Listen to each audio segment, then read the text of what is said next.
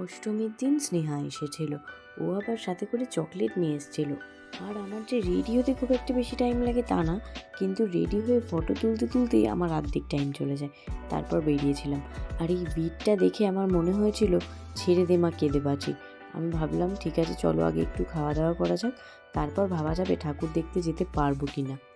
দেখলাম রোল আর খেতে পেলাম মোমো। যদিও মোমোটা বেশ ভালো ছিল। একটার বিল না মেটাতে মেটাতে আমি ভাবি পরে কি খাওয়া যায়, কারণ পুজো মানেই আমার কাছে ঘোরাফেরা আর খাওয়া দাওয়া। তারপরে ভিড়টা দেখে ভাবলাম না, আমাদের বাড়ি ফিরে যাওয়াটাই ভালো হবে। বাড়ি ফিরে এসে চকলেট খেয়েছিলাম। চকলেট খেয়ে খেয়ে পেট ভরে, কিন্তু পুজোর সময় আমাদের বাড়িতে রান্না বান্নাও হয় না। রাত 3:30-র সময় আমরা বেরোচ্ছি, যদি কিছু খাবার পাওয়া যায়। তো বাড়ির কাছে এক ফাস্টফুডের দোকান থেকে যা পেয়েছি তাই নিয়ে নিয়েছি।